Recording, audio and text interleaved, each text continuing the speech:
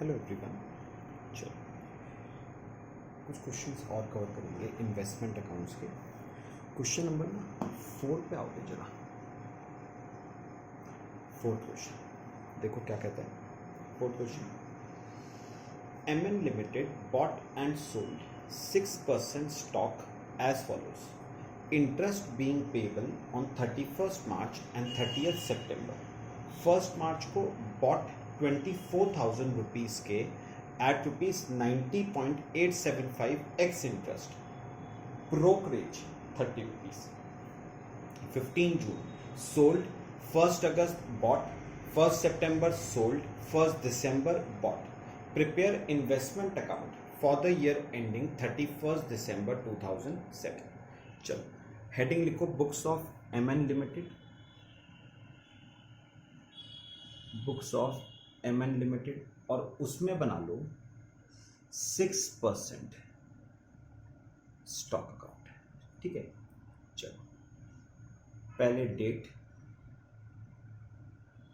Particulars, nominal value, cost और interest. Date, particulars, nominal value, cost, interest. ठीक है, चलो कॉलम्स बना लो जरा, फिर करना शुरू करते हैं।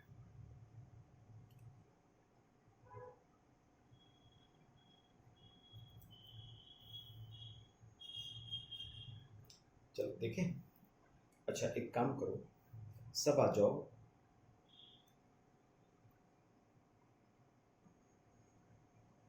चलो एक काम करते हैं, क्वेश्चन नंबर 4 में देखो। पहले मुझे बताओ, ओपनिंग बैलेंस आपको 6% स्टॉक का दे रखा है या नहीं? ओपनिंग बैलेंस कोई नहीं दे रखा है। सीधे आ जाओ, 1 मार्च को परचेजेस का केस है, तो 1 मार्च टू बैंक आपने 24,000 नॉमिनल वैल्यू के बॉन्ड्स खरीदे। चलो अब बनाओ वर्किंग नोट अमाउंट पेड का। वर्किंग नोट बनाओ अमाउंट पेड का। देखो वर्किंग नोट अमाउंट पेड। अच्छा कितनी चीजें पे करते हो? 2 चीजें ध्यान से, एक तो इन्वेस्टमेंट का प्राइस पे करोगे और एक इंटरेस्ट पे करोगे, है ना? चलो मुझे बताओ, आपने एक बॉन्ड 90.875 एक्स इंटरेस्ट का खरीदा, मतलब इसमें इंटरेस्ट नहीं है, तो पूरा का पूरा 90.875 इन्वेस्टमेंट का प्राइस होगा इनटू कितने बॉन्ड्स खरीदे? 24,000 नॉमिनल वैल्यू के। एक की नॉमिनल वैल्यू अगर 100 मानते हो तो 240 बॉन्ड्स, 240। तो कैलकुलेट करो जरा, एक बॉन्ड 90.875 का तो 240 बॉन्ड्स 21,810 के। अब सुनना मेरी बात, मेरी बात सुनना। पता है, जब आप सिक्योरिटीज परचेज और सेल करते हो ना, तो परचेज के टाइम पे भी और सेल के टाइम पे भी ब्रोकर को आपको क्या पे करनी पड़ती है? ब्रोकरेज। यानी ब्रोकरेज आपका खर्चा है। तो सुनो, जब आप परचेज करोगे ना, तो ब्रोकरेज आपकी परचेज कॉस्ट को बढ़ा देगी, और जब सेल करोगे तो ब्रोकरेज आपके सेल प्रोसीड्स को घटा देगी। फिलहाल हम परचेज का केस कर रहे हैं, तो परचेज के केस में ब्रोकरेज परचेज कॉस्ट को बढ़ा देगी। कितने रुपए की? 30 रुपए की ब्रोकरेज। तो मेरी परचेज कॉस्ट हो गई 21,840। अच्छा अब आ जाओ इंटरेस्ट, वही सेम। मुझे बताओ कि 1 मार्च से जस्ट पिछला इंटरेस्ट कब मिला था? 30 सितंबर को। तो अक्टूबर, नवंबर, दिसंबर, जैन, फेब, 5 महीने का इंटरेस्ट और हो गया। फेस वैल्यू पे 24,000 पे 6%, 5 महीने का। तो निकालते हैं, 24,000 पे 6%, 5 महीने का, 600 रुपए का इंटरेस्ट। लो यहां पर रख दो, कॉस्ट 21,840, इंटरेस्ट 600 रुपये। अच्छा, फिर इसके बाद 15 जून को सेल का केस है, लेकिन उससे पहले 31 मार्च आ जाएगी इंटरेस्ट डेट। तो 31 मार्च को आप इंटरेस्ट रिसीव करोगे बाय बैंक। निकालो। 24,000 की नॉमिनल वैल्यू पे 6% और कंपनी 6 महीने का इंटरेस्ट देगी, 720 रुपए का इंटरेस्ट। ठीक है, चलो अगला। 15 जून को सेल का केस है बाय बैंक। कितने फेस वैल्यू के बॉन्ड बेचे? 10,000 के। चलो वर्किंग नोट बनाओ अमाउंट रिसीव्ड का।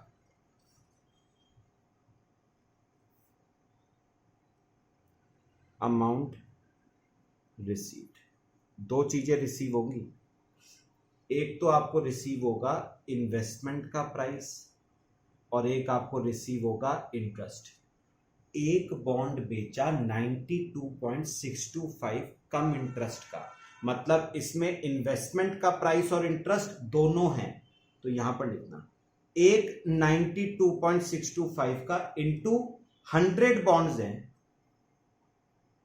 100 बॉन्ड्स, तो 926 राउंड ऑफ कर दूं, 9263। अब सुनो, हमने 100 बॉन्ड्स 9263 के बेचे और 13 रुपए की ब्रोकरेज दी है। वो ब्रोकरेज आपके सेल प्रोसीड्स को कम कर देगी, तो माइनस कर देना, मतलब नेट आपको 9250 ही रियलाइज हुआ।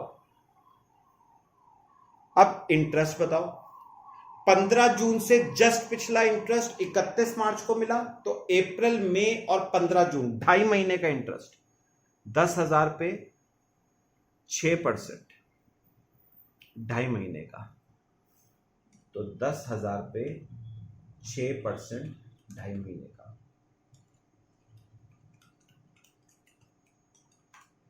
₹125 का इंटरेस्ट। तो 9250 में से 125 का इंटरेस्ट, तो इन्वेस्टमेंट का प्राइस 9125। ठीक है, चलो लिख लो यहां पर 9125 और 125 रुपए का इंटरेस्ट। अच्छा, अब जब भी सेल करते हो क्या आएगा? प्रॉफिट और लॉस ऑन सेल। चलो वर्किंग नोट बना लो प्रॉफिट और लॉस ऑन सेल का। थर्ड, प्रॉफिट और लॉस ऑन सेल, दो कॉलम बनाना, नॉमिनल वैल्यू और कॉस्ट। करो, ओपनिंग बैलेंस का करना। 24,000 नॉमिनल वैल्यू की इन्वेस्टमेंट्स थी, ओपनिंग बैलेंस तो खैर नहीं है। 24,000 नॉमिनल वैल्यू की इन्वेस्टमेंट्स थी, जिनकी कॉस्ट कितनी थी? 21840। तो 10,000 नॉमिनल वैल्यू की इन्वेस्टमेंट्स की कॉस्ट निकाल दो। 21840 डिवाइड बाय 24,000 इंटू 10,000, 9100। अच्छा एक बताओ, 9100 कॉस्ट की इन्वेस्टमेंट्स 9125 की बिकी, तो 25 रुपए का प्रॉफिट, 25 रुपए का प्रॉफिट। ये प्रॉफिट पीएल में बताओ क्रेडिट होगा, इन्वेस्टमेंट अकाउंट डेबिट होगा 15 जून को टू पीएल, कॉस्ट वाले कॉलम में 25 रुपए। फिर इसके बाद 1 अगस्त को दोबारा से परचेज का केस है टू बैंक। आपने 6,000 नॉमिनल वैल्यू के बॉन्ड्स खरीदे, 91.375 एक्स इंटरेस्ट के खरीदे। चलो वर्किंग नोट बनाओ।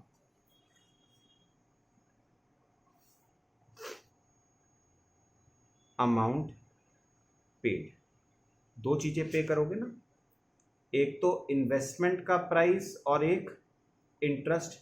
अब बताओ, एक बॉन्ड खरीदा आपने 91.375 एक्स इंटरेस्ट का, इंटरेस्ट नहीं है उसमें, तो इन्वेस्टमेंट का प्राइस होगा 91.375। कितने बॉन्ड्स खरीदे? 60, तो 91.375 इंटू 60, 5483 कर लेते हैं राउंड ऑफ करके। ठीक है। अच्छा एक बात बताओ, परचेज पे ब्रोकरेज भी दी है 8 रुपए की, ब्रोकरेज परचेज कॉस्ट को बढ़ा देगी, ऐड कर देना 8 रुपए, 5491। अब आओ इंटरेस्ट पे, बताओगे 1 अगस्त से जस्ट पिछला इंटरेस्ट कब मिला था? 31 मार्च को, तो अप्रैल मई जून 3 महीने का इंटरेस्ट हो गया। जुलाई, 4 महीने का। तो करो जरा, 6,000 की नॉमिनल वैल्यू पे 6% फॉर 4 मंथ्स,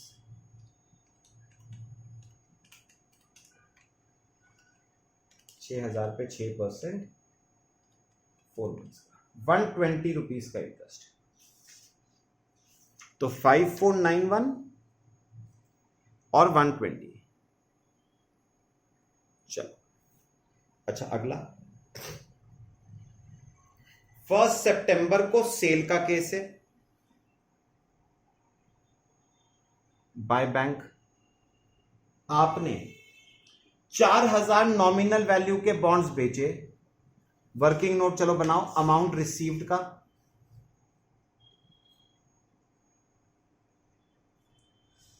अमाउंट रिसीव्ड। अच्छा, दो चीजें रिसीव होंगी, एक तो आपको रिसीव होगा इन्वेस्टमेंट का प्राइस और एक आपको रिसीव होगा इंटरेस्ट। ठीक है, चलो मेरे को बताना, मुझे बताओ, आपने एक बॉन्ड 93.125 एक्स इंटरेस्ट का बेचा, मतलब उसमें इंटरेस्ट नहीं है, तो पूरा का पूरा इन्वेस्टमेंट का प्राइस होगा 93.125 इंटू 40 बॉन्ड्स, 93.125 इंटू 40 बॉन्ड्स, 3725 के बेचे। अच्छा, बेचने पे 5 रुपए की ब्रोकरेज भी दी, तो ब्रोकरेज सेल प्रोसीड्स को कम कर देगी, 3720 के सेल प्रोसीड्स रह गए। अच्छा, अब इंटरेस्ट सोचना, 1 सितंबर से जस्ट पिछला इंटरेस्ट कब मिला था? 31 मार्च को। तो अप्रैल, मई, जून, जुलाई, अगस्त, 5 मंथ्स का इंटरेस्ट। तो 4,000 पे 6%, 5 मंथ्स का 100 रुपए का इंटरेस्ट। तो 3720 और 100 रुपए का इंटरेस्ट। अब बताओ, सेल करोगे तो क्या आएगा? प्रॉफिट और लॉस ऑन सेल।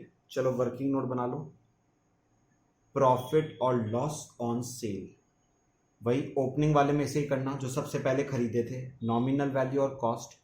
सबसे पहले आपने 24,000 नॉमिनल वैल्यू के बॉन्ड्स खरीदे थे 21,840 के, तो 4,000 नॉमिनल वैल्यू के बॉन्ड्स की कॉस्ट क्या आएगी? 21,840 डिवाइड बाय 24,000 इंटू 4,000, 3640। 3640 कॉस्ट के बॉन्ड 3720 के बेचे तो 80 रुपए का क्या आ जाता है? प्रॉफिट आ जाता है 80 रुपए का। प्रॉफिट पीएल में क्रेडिट होगा, इन्वेस्टमेंट अकाउंट डेबिट होगा 1 सितंबर टू पीएल, 80 रुपए का प्रॉफिट कॉस्ट वाले का। ठीक है, चलो फिर 1 दिसंबर को परचेज, उससे पहले 30 सितंबर आ जाएगी इंटरेस्ट डेट। बाय बैंक, अच्छा मेरे पास 24 प्लस 6, 30,000 नॉमिनल वैल्यू के डिबेंचर्स खरीदे थे, बॉन्ड्स खरीदे थे, जिसमें से 14,000 के तो बिक गए, तो बचे 16,000 के। 16,000 पे 6%, 6 महीने का 480 रुपए का इंटरेस्ट। और लास्ट 1 दिसंबर को आपने परचेजेस करी है, 1 December two bank, 12,000 nominal value के बॉन्ड्स खरीदे हैं। चलो अगला वर्किंग नोट, अमाउंट पेड का। कितनी चीजें पे करोगे? 2, एक तो इन्वेस्टमेंट का प्राइस पे करोगे और एक इंटरेस्ट पे करोगे। जरा मुझे बताना, एक बॉन्ड खरीदा 94.125 कम इंटरेस्ट का, 94.125 कम इंटरेस्ट का, तो बताओ फिर 120 बॉन्ड कितने के हुए? 94.125 इंटू 120, 11,295। अच्छा, परचेज पे 15 रुपए की ब्रोकरेज भी दी है, ब्रोकरेज परचेज कॉस्ट को बढ़ा देगी, तो 11,295 प्लस 15, 11,310, इतने के परचेज कॉस्ट पड़ी आपको। अच्छा, अब इसमें से इंटरेस्ट कितना है? 1 दिसंबर से जस्ट पिछला इंटरेस्ट 30 सितंबर को मिला, तो अक्टूबर नवंबर 2 महीने का इंटरेस्ट हो गया। 12,000 पे 6% 2 महीनों का, 120 रुपए का इंटरेस्ट। तो इन्वेस्टमेंट का प्राइस 11190, इन्वेस्टमेंट का प्राइस 11190 120। बस अब 31 दिसंबर को बुक्स क्लोज कर लो।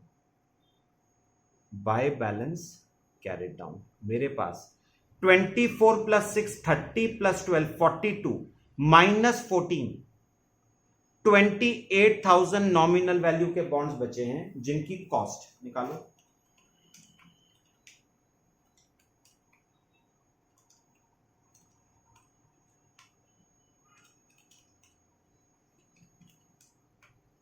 $25,781 बची है कॉस्ट।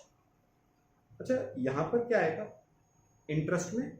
जितना इंटरेस्ट इस साल ड्यू हुआ लेकिन रिसीव नहीं हुआ। अब बताओ 31 दिसंबर से जस्ट पिछला इंटरेस्ट 30 सितंबर को मिला था, तो अक्टूबर नवंबर दिसंबर 3 मंथ्स का interest due but not receive निकालो। 28,000 पे 6% फॉर 3 मंथ्स, 420 रुपए का इंटरेस्ट। बस जो इंटरेस्ट की इनकम आएगी वो पीएल में चली जाएगी 31 दिसंबर को। 2 पीएल 720 125 100 480 420 600 120 120 1005, ये इंटरेस्ट की इनकम है, चली जाएगी प्रॉफिट एंड लॉस अकाउंट में। ठीक है, तो ये आपका केस था। अगर क्वेश्चन में आपको क्या दे रखी होगी? ब्रोकरेज। ठीक है, चलो बाकी हम नेक्स्ट लेक्चर में कवर करते हैं। Thank you.